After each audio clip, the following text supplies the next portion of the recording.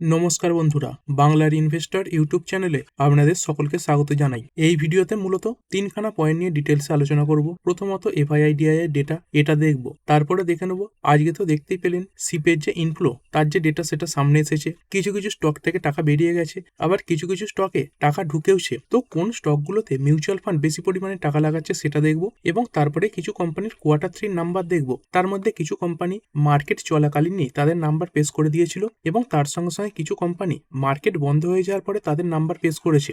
যেগুলো মার্কেট চলাকালীন নাম্বার পেশ করেছে সেগুলো তো আজকে তার পারফরমেন্স দেখিয়ে দিয়েছে, এবং যেই কোম্পানিগুলো মার্কেট বন্ধ হয়ে যাওয়ার পরে নাম্বার দেখিয়েছে সেইগুলো আগামীকাল ফোকাসে থাকবে। প্রথমে চলুন এই এফআইআইডিআই এর ডেটা, এটা দিয়েই শুরু করা যাক। আজকের দিনেও এই এফআইআই এদের তরফ থেকে সামান্য বাইংই কিন্তু এসেছে। এই 69 কোটির বাইং এসেছে, এবং সেখানে ডিআইআই এরা কিনেছে 1172 কোটি টাকার শেয়ার। আর দেখুন, এই যে ছোট বাইং সেটা ব্যাপার নয়, ব্যাপারটা হচ্ছে এই এফআইআই তারা কিন্তু আর আগের মতো অ্যাগ্রেসিভলি বিক্রি করছে না। এটা যথেষ্টই পজিটিভ ব্যাপার। এরপরে চলুন সিপের ডেটা দেখে নিই। এর আগের ভিডিওতে কভার করেছি এই ইকুইটি মিউচুয়াল ফান্ড বা শেয়ার মার্কেটে যে সিপের ইনফ্লো সেটা কমে গেছে, এবং উল্টো দিকে গোল্ড সিলভার এগুলোতে যে ইনফ্লো সেটা বেড়েছে। তবে টাকার ইনফ্লো কমে যাচ্ছে মানে এমনটা নয় যে সব শেয়ার মিউচুয়াল ফান্ড বিক্রি করে দিচ্ছে। কিছু কিছু শেয়ার বিক্রি করছে, আবার তার সঙ্গে সঙ্গে কিছু কিছু শেয়ার আবার তাদের পোর্টফোলিওতে বাই করেও রাখছে। তবে শেয়ারগুলোর নাম আলোচনা করার আগে এই ডিসক্লেমারটাও দিয়ে দিতে চাই, এই যে মিউচুয়াল ফান্ড তাদের কাছে বহু কোটি কোটি টাকা থাকে, তো তারা ইনভেস্ট করছে মানেই যে আপনি ইনভেস্ট করে ফেলবেন, শেয়ারগুলোর নাম দেখে অন্ধভাবে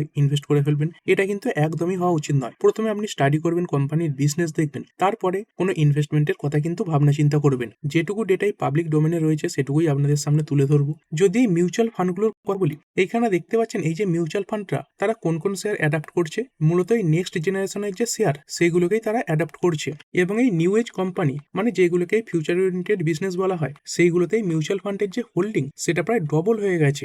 বর্তমানে এই যে হোল্ডিং এটা দাঁড়িয়েছে এই 1,80,000 কোটির কাছাকাছি, যেটা এর আগের বছর ছিল 95,000 কোটি। আর কোন কোন কোম্পানিগুলোতে কেমন এই ইনভেস্টমেন্ট বাড়িয়েছে, কিছু কিছু কোম্পানিতে ইনভেস্টমেন্ট ছিল এবং সেখানে হোল্ডিং আরো বাড়িয়েছে, মানে পরে আরো অ্যাভারেজ করেছে। আবার কিছু কিছুতে নতুন ইনভেস্টও করেছে। প্রথমেই দেখতে পাচ্ছেন এইখানে ইটার্নালের নাম আসছে, মানে যেটা জোম্যাটো ছিল। এইখানে 2024-এ যে ইনভেস্টমেন্ট এটা ছিল 44,048 কোটি, আর বর্তমানে কত 71,691 কোটি। তো ইটার্নাল এইখানেই কিন্তু সব থেকে বেশি। তারপরে সুইগি এখানে অনেকটা বেশি রয়েছে, 5,328 ছিল, এইখান থেকে বের হয়েছে 18,365। আর যদি এইগুলো মিলিয়েই দেখেন এইখানে কিন্তু প্রায় 90,000 কোটির মতো হয়ে গেছে শুধুমাত্র ইটার্নাল এবং সুইগিতে। এবং এই রিপোর্ট আসার পরেই দেখতে পেয়েছেন ইটার্নাল এবং সুইগি এইগুলোতে কিভাবে একটা ভালো পরিমাণে জাম দেখা গেছে। তবে যদি ইটার্নালের কথা বলি, স্টকটা কিন্তু বর্তমানে অনেকটা হাই পিতে ট্রেড করছে, এবং কোম্পানির যে প্রফিট সেটাও কিন্তু অনেকটা কম। আর এইখানে যে দেখতে পাচ্ছেন মিউচুয়াল ফান্ডের ইনভেস্টমেন্ট রয়েছে 71,691 কোটি,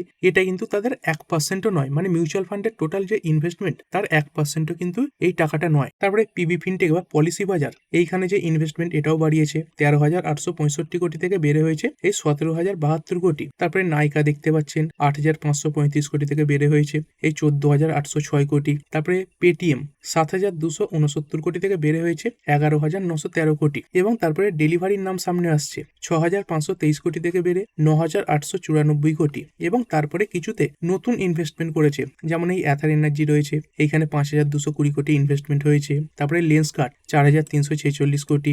তারপরে গ্রো দেখতে পাচ্ছেন 4,089 কোটি। তারপরে মিশো রয়েছে 3,709 কোটি। এবং আরো কিছু কোম্পানিতে যে ইনভেস্টমেন্ট ছিল সেটাই 9,194 কোটি থেকে বাড়িয়ে করেছে 15,543 কোটি। তো টোটাল এই 94,762 কোটির যে হোল্ডিং সেটা বেড়ে হয়েছে 1,76,628 কোটি। এই ইটার্নালে যে ইনভেস্টমেন্ট এটা 63% বেড়েছে। তারপরে সুইগি এখানে 245% বেড়েছে। পিবি ফিনটেক এখানে 23% হোল্ডিং বেড়েছে। নাইকাতে বেড়েছে 73%, পেটিএম 64% বেড়েছে, এবং ডেলিভারিতে বেড়েছে 52%। তো এই স্টকগুলোতে এই যে মিউচুয়াল ফান্ড তারা টাকা লাগাচ্ছে। আপনি চাইলে এবার এইগুলোকে কিন্তু স্টাডিও করতে পারেন। এরপরে চলুন কোয়ার্টার 3 নাম্বারগুলো দেখে নিই। বহু কোম্পানির নাম্বার মার্কেট চলাকালীনই এসেছিল, এবং তারপরে তাদের যে পারফরমেন্স সেটা দেখিয়েও দিয়েছে। সেগুলো প্রথমে আলোচনা করব। প্রথম যে কোম্পানি সেটা হচ্ছে এনএলসি ইন্ডিয়া লিমিটেড, 1.92% পড়ে বন্ধ হয়েছে। কেমন এসেছে কোম্পানির নাম্বার? কোম্পানির সেলস 4,400 411 কোটি থেকে বেড়ে হয়েছে 4,443 কোটি। এর আগের কোয়ার্টারে কত ছিল? 4,178 কোটি। ইয়ারলি সামান্য ইমপ্রুভমেন্ট দেখা গেছে এবং কোয়ার্টারলি যদি দেখেন এখানে অনেকটাই বৃদ্ধি দেখা গেছে। এবং যদি নেট প্রফিটের কথা বলি, এই নেট প্রফিট এটাই 696 কোটি থেকে বেড়ে হয়েছে 724 কোটি। যদি কোয়ার্টারলি দেখেন, কোয়ার্টারলি কিন্তু এই যে নেট প্রফিট এটাই 1 কোটি কমে গেছে, মানে একটা অ্যাভারেজ নাম্বার এই কোম্পানি পোস্ট করেছে। এবং তার সঙ্গে সঙ্গে দেখতে পাচ্ছেন কোম্পানির এই যে মার্জিন সেটাও কিন্তু শ্রিঙ্ক করে গেছে, মানে কমে গেছে। এরপরে বলরামপুর চিনি মিলস লিমিটেড, এইখানে কেমন এলো কোম্পানির নাম্বার? এই সেলস 1192 কোটি থেকে বেড়ে 1454 কোটি। কোয়ার্টারলি অনেকটাই ডাউন। অপারেটিং প্রফিট মার্জিন এটা বেড়েছে 10% থেকে বেড়ে হয়েছে 14%। এবং যদি নেট প্রফিটের কথা বলি, এই 70 কোটির নেট প্রফিট বেড়ে হয়েছে 113 কোটি, যেটা এর আগের কোয়ার্টারের থেকে প্রায় ডবল এসেছে। এবং এই নাম্বারের পরে একটা ভালো স্পাইক কিন্তু দেখা গিয়েছিল, প্রায় 3% বেড়েছিল, যদিও সেখান থেকে কিছুটা পড়েই যায়। কোম্পানির এই নেট প্রফিট দেখতে পাচ্ছেন 2-fold জাম্প করেছে, ডবল হয়েছে। কোম্পানির এই রেভিনিউ তার সঙ্গে সঙ্গে এবিটা এগুলোও বেড়েছে। এরপরে এসকট কুবোটা, এই কোম্পানিটা বিভিন্ন ধরনের যে ট্রাক্টর সেগুলো তৈরি করে থাকে। এই নাম্বারের পরে একটা বড় স্পাইক এসেছিল। কেমন নাম্বার এই কোম্পানি দেখিয়েছে? সেলস 2948 কোটি থেকে বেড়ে 3280 কোটি। এটা কোয়ার্টারলিও বেশি এসেছে। অপারেটিং প্রফিট মার্জিন দেখতে পাচ্ছেন 11% থেকে বেড়ে 13% এসেছে। এবং যদি নেট প্রফিটের কথা বলি, এই 321 কোটির নেট প্রফিট বেড়ে হয়েছে 358 কোটি। এর আগের কোয়ার্টারে কত ছিল? 318 কোটি ছিল। এছাড়াও কোম্পানি একটা স্পেশাল ইন্টারিম ডিভিডেন্ড দেওয়ার কথা ঘোষণা করেছে। কত টাকা করে ডিভিডেন্ড দিচ্ছে কোম্পানিটা? এই কোম্পানিটা 18 টাকা করে ডিভিডেন্ড দিতে চলেছে। আর এর রেকর্ড ডেট কবে রয়েছে? এই ফেব্রুয়ারি 16 তারিখটা হচ্ছে এই ডিভিডেন্ড পাওয়ার রেকর্ড ডেট। তারপরে রিগাল রিসোর্সেস লিমিটেড, এইখানে যদি নাম্বার দেখেন, সেলস 257 কোটি থেকে বেড়ে 323 হয়েছে। ইয়ারলি কোম্পানির যে সেলস এটা বেড়েছে। এবং তারই সঙ্গে সঙ্গে কোম্পানির যে নেট প্রফিট যেটা ছিল 14 কোটি, এইখান থেকে কিন্তু প্রফিট কিছুটা কমে গেছে, 1 কোটি কমেছে 13 কোটি, যেটা কোয়ার্টারলিও ডাউন। এবং তারই সঙ্গে সঙ্গে এই যে অপারেটিং প্রফিট মার্জিন এটাও ডাউন হয়েছে 12% থেকে পড়ে হয়েছে 11%। তারপরে সাফারি ইন্ডাস্ট্রিজ লিমিটেড, এই নাম্বারের পরেই দেখতে পাচ্ছেন একটা বড় ডিপ এসেছে, কিছুক্ষণ সময়ের মধ্যেই প্রায় 3% কাছাকাছি পড়েও গেছে। এইখানে কোম্পানির নাম্বার কেমন এলো? এই সেলস এটা তো ইয়ারলি বেড়েছে 443 কোটি থেকে বেড়ে 512 কোটি এসেছে, কিন্তু কোয়ার্টারলি ডাউন। এই অপারেটিং প্রফিট মার্জিন কোয়ার্টারলি অনেকটাই ডাউন হয়ে গেছে, 14% থেকে পরে 11% এসেছে। এবং এই নেট প্রফিট দেখতে পাচ্ছেন এই 31 কোটি থেকে বেড়ে হয়েছে 33 কোটি। ইয়ারলি তো 2 কোটি বেড়েছে, কিন্তু যদি কোয়ার্টারলি দেখেন এই 47 কোটি থেকে প্রায় 14 কোটি কিন্তু কমে গেছে। তারপরে ফিনোলেক্স কেবল লিমিটেড 5.5% বেড়ে আজকের দিনে বন্ধ হলো। কোম্পানির সেলস 1182 কোটি থেকে বেড়ে 1599 কোটি। এই সেলসে ভালো পরিমাণে একটা জাম্প দেখা গেছে। তবে অপারেটিং প্রফিট মার্জিন এটা কিন্তু ডাউন হয়েছে, এই 12% থেকে পড়ে হয়েছে 10%। এবং যদি নেট প্রফিটের কথা বলি, এই 147 কোটির নেট প্রফিট বেড়ে হয়েছে 164 কোটি। মানে এই মার্জিন বাদ দিয়ে বাকি যে ডেটাগুলো সেগুলো ভালোই এসেছে। তারপরে ওয়াকার লিমিটেড, নাম্বার আসার পরে একটা বড় স্পাইক দেখা গেছে, প্রায় 4% স্পাইক সঙ্গে সঙ্গে দেখা গিয়েছে। কেমন ছিল কোম্পানির নাম্বার? এইখানে কোম্পানির সেলস 721 কোটি থেকে বেড়ে হয়েছে 888 কোটি। কোয়ার্টারলিও বাড়া। অপারেটিং প্রফিট মার্জিন এটাও বেড়েছে 18% থেকে বেড়ে হয়েছে 20%। এবং যদি নেট প্রফিটের কথা বলি, এই 20 কোটির নেট প্রফিট প্রায় 3 গুণ হয়ে গেছে, এই 61 কোটি। এরপরে মোরপেন ল্যাবরেটরিজ লিমিটেড, এইখানে সেলস 453 কোটি থেকে বেড়ে 484 কোটি। কোয়ার্টারলিও বাড়া। তার সঙ্গে সঙ্গে এই যে ওপিএম পার্সেন্টেজ বা অপারেটিং প্রফিট যে মার্জিন রয়েছে সেটাই 8% থেকে বেড়ে 10% এসেছে। এবং এই যে নেট প্রফিট যেটাই 27 কোটি ছিল, এখান থেকে 1 কোটি বেড়ে এসেছে 28 কোটি। কোয়ার্টারলিও ডাউন। তো কোম্পানির নাম্বার মোটামুটি একদম নিউট্রাল এসেছে বলতে পারেন। তারপরে অটো এনসিএলআরই সেগমেন্টে কাজ করা কোম্পানির সম্বর্ধনা মাদারসন ইন্টারন্যাশনাল লিমিটেড 4.33% বেড়ে বন্ধ হলো। এইখানে যদি কোম্পানির সেলসের কথা বলি, এই 27,666 কোটি থেকে এই সেলস বেড়ে হয়েছে 31,409 কোটি। এই সেলসে ভালো পরিমাণে একটা জাম্প দেখা গেছে। এবং তারই সঙ্গে সঙ্গে যদি নেট প্রফিটের কথা বলি, এই 984 কোটি নেট প্রফিট বেড়ে হয়েছে 1072 কোটি, যেটা কোয়ার্টারলি অনেকটাই বেশি। এরপর একটি কোম্পানি 20%-এর আপার সার্কেল লাগিয়ে দিয়েছে। কোম্পানিটার নাম হচ্ছে লুমেক্স ইন্ডাস্ট্রিজ লিমিটেড। কোম্পানিটা মূলত বিভিন্ন যে অটো এনসিএলআরই সেই সেগমেন্টে কাজ করে। এই গাড়ির যে বিভিন্ন লাইট হয় সেগুলো এই কোম্পানি তৈরি করে। কেমন পেস্ট করেছে এই কোম্পানির নাম্বার? এইখানে সেলস 887 কোটি থেকে বেড়ে 1053 কোটি এসেছে। এই অপারেটিং প্রফিট মার্জিন এটাও বেড়েছে 8% থেকে বেড়ে এসেছে 11%। এবং এই নেট প্রফিট যেটা ছিল 33 কোটি, সেখান থেকে বেড়ে হয়েছে 47 কোটি। এর আগের কোয়ার্টারে কত ছিল? 36 কোটি ছিল। এইখানে কোম্পানির নাম্বার যথেষ্ট ভালো এবং তার রিয়াকশন সেটা কিন্তু আজকে মার্কেটে দেখাও গেছে। তারপরে জ্যোতি সিএনসি অটোমেশন লিমিটেড, এইখানে কোম্পানির সেলস এই 450 কোটি থেকে বেড়ে 576 কোটি এসেছে। এর আগের কোয়ার্টারে ছিল 508 কোটি। অপারেটিং প্রফিট 113 কোটি থেকে বেড়ে 155 কোটি। প্রফিট মার্জিন এটাও বেড়েছে, 25% ছিল, এখান থেকে বেড়ে 27% এসেছে। এবং কোম্পানি কোম্পানির নেট প্রফিট এটাই 80 কোটি ছিল, এইখান থেকে বেড়ে 89 কোটি এসেছে এবং কোয়ার্টারলি 3 কোটি বেড়েছে। মোটামুটি ভালোই নাম্বার, তারপরেও প্রায় 3.74% ডাউন হয়েছে। তারপরে যদি কথা বলি অম্বিকা কটন মিলস লিমিটেড, এইখানে কোম্পানির সেলস 156 কোটি থেকে বেড়ে এসেছে 174 কোটি, যেটা কোয়ার্টারলি ডাউন, এবং এই নেট প্রফিট যেটা ছিল 14 কোটি সেটা থেকে বেড়ে 15 কোটি হয়েছে, কিন্তু কোয়ার্টারলি 1 কোটি কমে গেছে। এটা একদম নিউট্রাল নাম্বার বলতে পারেন। আর তারপরে একটি কোম্পানি এডেলওয়াইসিস ফাইন্যান্সিয়াল সার্ভিস লিমিটেড 8.86% বেড়েছে। এইখানে কোম্পানির সেলস ভালো পরিমাণে বৃদ্ধি পেয়েছে, 1898 কোটি থেকে বেড়ে 4404 কোটি, ডবলের থেকে অনেকটা বেশি, কোয়ার্টারলিও অনেকটা বেশি। এবং এই নেট প্রফিট এটাই 155 কোটি ছিল, এখান থেকে বেড়ে 270 কোটি এসেছে, এটাও কোয়ার্টারলি অনেকটা বেশি। তবে আরো একটা পজিটিভ খবর এসেছে যার কারণে এতটা বেড়েছে। কি খবর? এইখানে দেখতে পাচ্ছেন এই যে ক্যারলাইল নামে একটা ইনভেস্টমেন্ট ফার্ম রয়েছে, তারা এই কোম্পানির একটা ইউনিটে প্রায় 2100 কোটি টাকা ইনভেস্ট করতে চলেছে, এবং আজকের দিনেই তেজির পেছনে এই যে খবর এটাও কাজ করেছে। এর পরের যে কোম্পানিগুলো, এগুলো মূলত এই মার্কেট বন্ধ হয়ে যাওয়ার পরে তাদের নাম্বার দেখিয়েছে, এবং এর যে এফেক্ট সেগুলো কিন্তু আগামীকাল মার্কেটে দেখতে পাবেন। প্রথম যে কোম্পানিটা টাটা গ্রুপের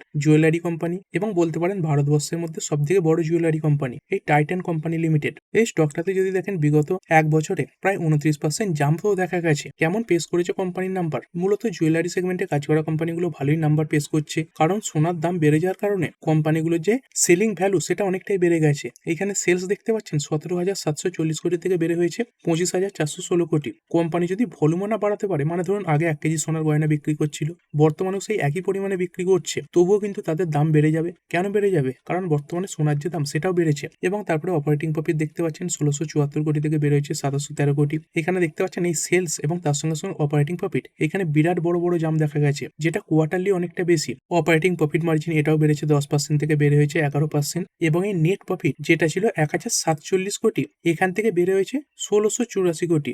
এটা কিন্তু বিরাট বড় জাম্প, এবং কোয়ার্টারলি অনেকটা বেশি। এই নেট প্রফিটে প্রায় 61% জাম্প দেখা গেছে, এবং তার সঙ্গে সঙ্গে কোম্পানির যে রেভিনিউ সেটাও 43% বেড়েছে। দেখতে পাচ্ছেন এই হাই গোল্ড প্রাইসের জন্য কোম্পানির যে নাম্বার সেটা এত ভালো এসেছে, এবং কিছু লেবার কোড ইম্প্যাক্ট পড়ার পরেও কোম্পানির যে নাম্বার সেগুলো এত ভালো এলো, এবং মার্কেটের যে এস্টিমেট সেটাকেও বিট করেছে এই কোম্পানি। তারপরে আরো একটা জুয়েলারি কোম্পানি মতিসন্স জুয়েলার্স লিমিটেড, এইখানে কেমন নাম্বার এসেছে? এইখানেও ভালো নাম্বার দেখতে পাচ্ছেন। সেলস 145 কোটি থেকে বেড়ে 175 কোটি, কোয়ার্টারলিও বাড়া, এবং এই নেট প্রফিট এটাই 15 কোটি থেকে বেড়ে এসেছে 26 কোটি, এটাও কোয়ার্টারলি অনেকটাই বেশি। এখানেও কোম্পানির নাম্বার ভালোই এসেছে। তারপরে আইচার মোটর লিমিটেড, কোম্পানিটার আন্ডারে অনেক ব্র্যান্ড রয়েছে, এবং তার মধ্যে একটা বড় ব্র্যান্ড হচ্ছে রয়্যাল এনফিল্ড। কেমন পেশ করেছে এই কোম্পানির নাম্বার? মূলত আজকের দিনে যে কোম্পানিগুলো নাম্বার পেশ করেছে বেশিরভাগই পজিটিভ দিকেই নাম্বার। এই সেলস 4973 কোটি থেকে বেড়ে 6114 কোটি এসেছে, কোয়ার্টারলি কিছুটা ডাউন হয়েছে। এবং যদি নেট প্রফিটের কথা বলি, এই 1170 কোটির নেট প্রফিট বেড়ে হয়েছে 1421 কোটি, এটা কোয়ার্টারলিও বাড়া।